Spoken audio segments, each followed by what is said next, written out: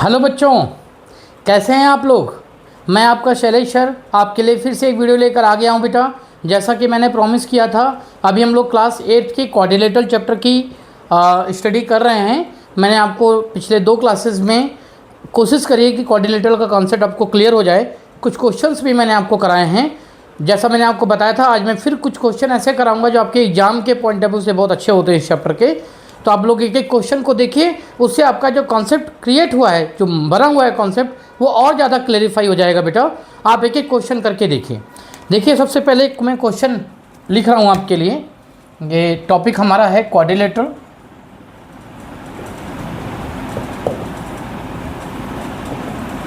है ना। पहला क्वेश्चन जो मैं आपको दे रहा हूँ वो दे रहा हूँ बेटा कि ये मेरे पास एक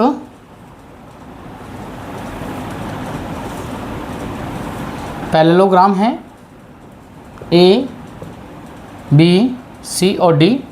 इस पैरेललोग्राम में ये हमारा एक डायगोनल है और एक हमारा ये डायगोनल है। आप लोग जानते हैं ये पैरेललोग्राम में इसके डायगोनल्स हैं। तो इसमें आपको ये दिया हुआ है कि ये जो लेंथ हमारे पास है ये 4 सेंटीमीटर है और ये हमारा x + 5 है और यहाँ पे ये हमारा y + 2y + 2 है और ये हमारा x - 1 है। ये मैंने अपने से क्वेश्चन एक बना दिया। आपको यहाँ पे क्या करना है, x और y की वैल्यू निकालनी है। ठीक है। ये ABCD मेरा क्या है, suppose that it is a rectangle. ये एक रेक्टेंगल है, पैरेललोग्राम नहीं कहिए, कह लीजिए कि एक रेक्टेंगल पैरेललोग्राम की तरह बन गया, कोई बात नहीं, रेक्टेंगल है। तो रेक्टेंगल की प्रॉपर्टी तो आप लोग जानते हैं अच्छी तरह से कि रेक्टेंगल के जो डायगोनल्स होते हैं बेटा वो एक दूसरे को ना बाइसेक्ट करते हैं। क्या करते हैं बेटा, एक दूसरे को बाइसेक्ट करते हैं। यानी ये वैल्यू और ये वैल्यू इक्वल होंगे, ये और ये वैल्यू इक्वल होगा। अगर मैं इसे O बना दूँ तो यहाँ पे जो मेरा AO है वो CO के इक्वल होगा, है ना। AO जो है वो CO के इक्वल होगा। तो ऐसा कह सकते हैं कि जो मेरा x + 5 है ये वो 4 के इक्वल हो गया। तो x हमारे पास हो जाएगा 4 - 5, यानी x की वैल्यू आ जाएगी मेरे पास -1। चूँकि डेटा मैंने खुद से लिया है तो ये हो सकता है कि माइनस में आ जाए, लेकिन आप घबराइएगा नहीं, x हम -1 मान लेते हैं, कोई बात नहीं। अब इसके बाद हमारे पास आ गया x। अगर निकल गया तो यहाँ पे हमें पता है कि जो DO है बेटा वो हमारा OB के इक्वल होगा। तो DO अगर OB के इक्वल है तो 2y + 2 जो है वो इक्वल हो जाएगा बेटा x - 1 के। मैंने आपको बताया कि 2y + 2, यहाँ x - 1, यानी x की जगह पे क्या रख देंगे बेटा, -1 तो 2y हो जाएगा हमारे पास। -2 तो है, ये 2 और उधर चला जाएगा -2। तो हमारा जो 2y है बेटा वो -4 के इक्वल हो जाएगा। अगर 2y हमारा -4 के इक्वल है तो जो मेरा y है बेटा वो -4/2 यानी कि -2 आ जाएगा। ये आप जानते हैं अच्छे से। ये देखिए, ये हमारा y -2 आ जाएगा। तो x की वैल्यू हो गई -1 और y की वैल्यू यहाँ पे मुझे मिल गई -2। तो इस तरह के आपके क्वेश्चन मिलेंगे करने के लिए, तो आप इसको कर लीजिएगा बेटा। ये मैंने आपको क्वेश्चन करके दिखाया कि जब हमारा ABCD क्या हो, एक रेक्टेंगल हो, तो इसको किस तरह से सॉल्व करेंगे। ठीक है। अच्छा, अब देखिए बेटा यहाँ पे एक और क्वेश्चन मैं आपको करके दिखाता हूँ। जैसे यहाँ पे हमारे पास है, ध्यान से देखिएगा, ये मेरा क्वेश्चन नंबर 2 है कि ABCD इज़ अ पैरेललोग्राम। ये एक हमारा पैरेललोग्राम है जिसमें एंगल A हमें दे दिया गया है, एंगल A हमको दे दिया गया है 2x + 50 और मेरे पास एक एंगल और है जो कि लिखा है बेटा 3x + 40, एंगल C। हमें ना यहाँ पे x की वैल्यू निकालनी है। ठीक है। ये क्वेश्चन है मेरा, ध्यान से देखिएगा। इस क्वेश्चन को कैसे सॉल्व कर सकते हैं, आपसे एग्जाम में इस तरह के क्वेश्चन पूछे जाएंगे कि आप इन्हें सॉल्व करिए। तो आपको अच्छी तरह से पता है कि पैरेललोग्राम के जो अपोजिट एंगल्स होते हैं बेटा वो इक्वल होते हैं। ये पैरेललोग्राम की प्रॉपर्टी होती है। तो यहाँ पे angle A = angle C। Reason क्या लिख देंगे बेटा, अपोजिट एंगल ऑफ पैरेललोग्राम। ठीक है, अपोजिट एंगल ऑफ पैरेललोग्राम ये लिख देंगे। अगर ये लिख देंगे एंगल A और एंगल C इक्वल हैं तो मतलब हो गया कि जो मेरा 2x है 50, 2x + 50 = हो जाएगा बेटा 3x + 40। है ना। तो ये दोनों इक्वल हैं, तो हम लोग क्या करेंगे, यहाँ पे 2x है, इस 3x को एक साथ ले आते हैं, मतलब x वाले टर्म को एक साथ 40, ये 50 इधर आके -50 हो जाएगा। ठीक है बेटा, देखिए 2x - 3x तो हमारा हो जाता है -x बेटा, और ये हमारे पास आ जाता है -10। तो जो माइनस और माइनस है ये कैंसिल हो जाएगा, तो x में 10 आ जाएगा। तो हम लोगों ने क्या किया, 10 की वैल्यू निकल गई, मतलब x की वैल्यू हमारी 10 आ गई। अगर x की वैल्यू हमारे पास आ गई है, अब हम क्या कर सकते हैं, पूछा जा रहा था इसमें x निकालिए, और सेकेंड पार्ट में ये पूछा जा रहा है कि आप एंगल A, B, C और D ये सारे एंगल निकाल दीजिए। ठीक है, सारे एंगल निकल जाएंगे, x निकल गया, तो पहले एंगल A देख लेते हैं। एंगल A कितना हो जाएगा बेटा, 2 × 10 + 50, यानी कि 20 + 50, यानी हो जाएगा हमारा 70 डिग्री।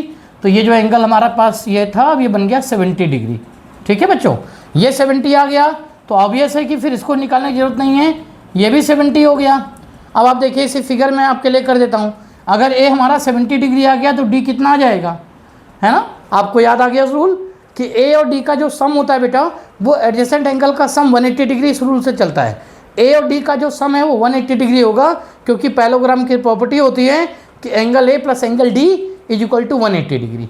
ये प्रॉपर्टी यूज करते हैं, angle A plus angle D is equal to 180 degree.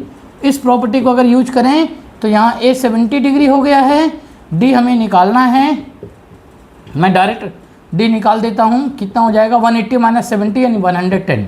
तो ये आ गया 110 डिग्री। ये 110 आ गया तो ऑब्वियस है कि जो हमारा बी है ये भी 110 डिग्री आ जाएगा। ठीक है बच्चों, तो ये देखिए इस तरह से हम लोगों ने सॉल्व किया इस क्वेश्चन को।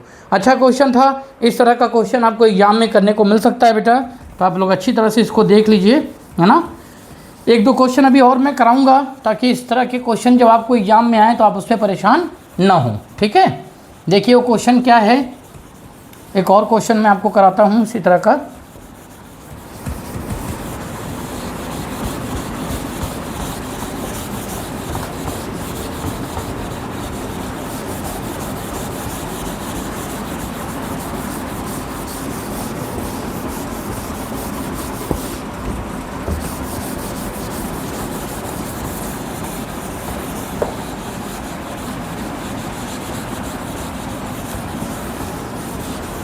क्वेश्चन दिया हुआ है मेरे पास कि A B C D and B D C are parallelogram with common base D सी।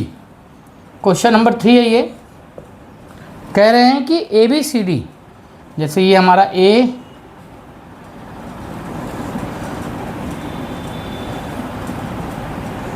ये बना हुआ है हमारा ना ऐसे, ये मेरे पास है ए, बी, ये है सी और ये है डी।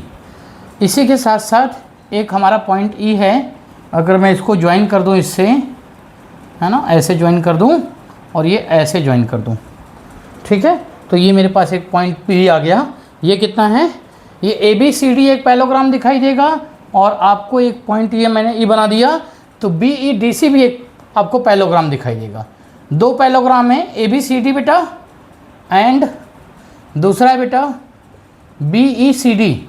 इन दोनों पैरेललोग्राम का जो बेस है वो सी डी है, और यहाँ पे एक एंगल दिया हुआ है इन दोनों के बीच में 90 डिग्री का। ठीक है, तो आपसे पूछा ये जा रहा है कि हमारा जो ये बी सी है ये परपेंडिकुलर है इसके ऊपर, तो हमसे पूछ रहे हैं find B E C. B E C यानी ये वाला एंगल हमको बताना है बेटा, this angle we have to find, angle X, है ना।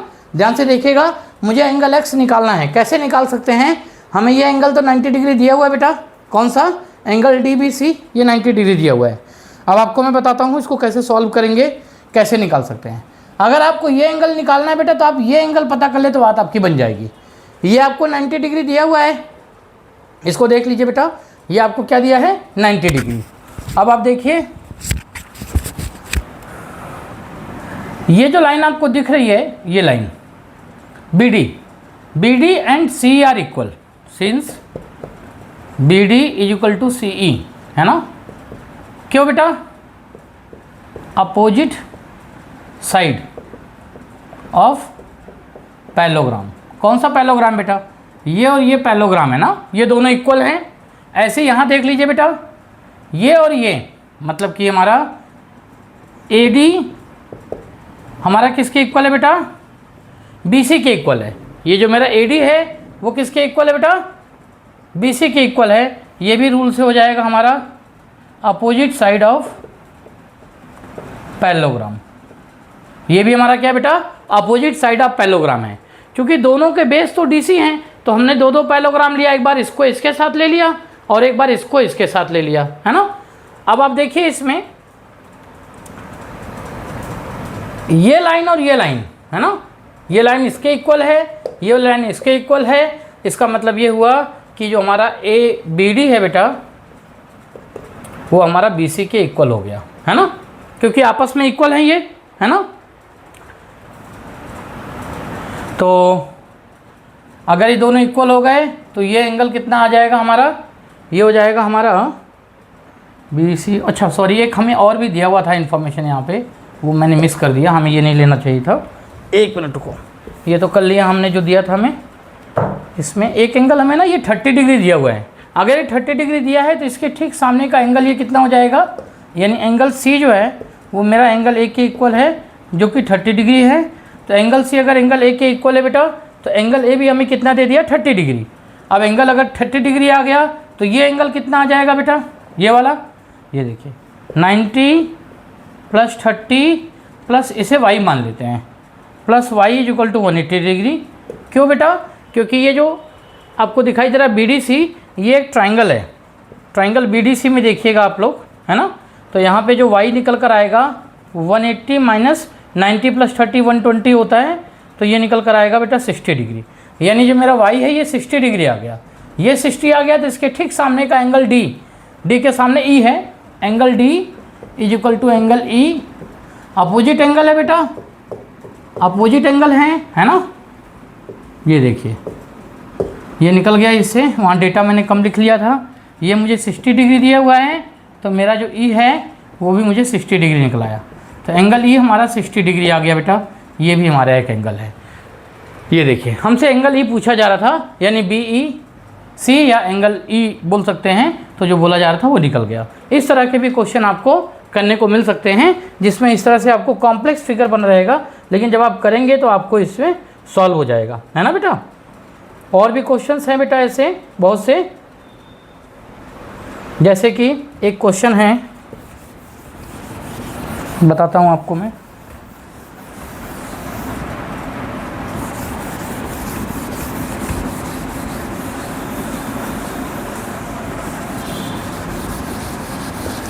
एक और क्वेश्चन करा देता हूँ आपको मैं।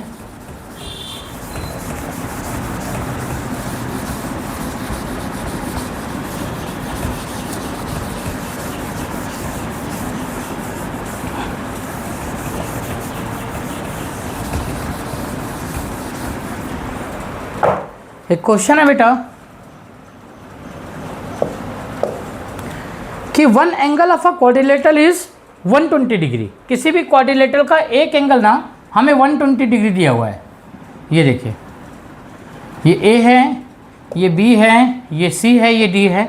ये क्वाड्रिलेटरल है, ना ये पैरेललोग्राम है, ना ये रेक्टेंगल है, ना ये स्क्वायर है, कुछ भी नहीं। लेकिन हाँ ये क्वाड्रिलेटरल है जिसका एक एंगल हमें दे दिया गया है 120 डिग्री और the remaining 3 angles are equal. बाकी के 3 एंगल क्या है बेटा, इक्वल हैं। कई बार ना रेशियो में भी दे देते हैं, लेकिन यहाँ पे बोला जा रहा है तीनों एंगल इक्वल है, तो तीनों को हम x मान लेते हैं। ठीक, अब आप पूछ रहे हैं कि आप इनके रिमेनिंग एंगल्स बताइए, तो कुछ नहीं करना आपको, सिंपल 120 + x + x + x, ये तीनों एंगल इक्वल बोला था क्वेश्चन में। Angle B = angle C = angle D, तो हमने सबको x मान लिया। तो इन सब का सम कितना होता है बेटा, angle sum property of quadrilateral क्या होता है 360 डिग्री। तो इन सब का सम 360 डिग्री हो गया, यानी हो जाएगा हमारा 3x = 360 - 120। सिंपल क्वेश्चन है, केवल वर्ड प्रॉब्लम के क्वेश्चन की तरह ट्रीट करेंगे इनको। ये 240 आ जाएगा, x हमें आ जाएगा बेटा 240/3, यानी हर एक एंगल ना 80 डिग्री हो गया। x हमारा आ जाएगा बेटा 80 डिग्री। ठीक है, तो ये हर एक एंगल 80 डिग्री का आ जाएगा।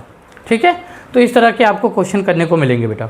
तो मैंने कोशिश करी है कि क्वाड्रिलेटरल के आपको जो भी क्वेश्चंस मैं करा सकता था करा दिया है। और भी क्वेश्चंस होते हैं खैर इसमें बहुत से, आप और भी बुक से प्रैक्टिस कर लीजिएगा बेटा। जैसे आपके NCERT की बुक हो गई और RS अग्रवाल वगैरह की बुक है रेफरेंस बुक, उसको भी यूज किया करिए। मैम कोई वर्कशीट दे उनको करिए, मैं खुद भी वर्कशीट डालूंगा, तो इनसे आपका क्वाड्रिलेटरल अच्छे तैयार हो जाएगा। हाँ, जो मैंने कॉन्सेप्ट बताया था उन कॉन्सेप्ट को बार बार नोट करके उसको लिखते रहिए ताकि आपका ये क्लियर होता जाएगा। ठीक है बच्चों, चलो बाय।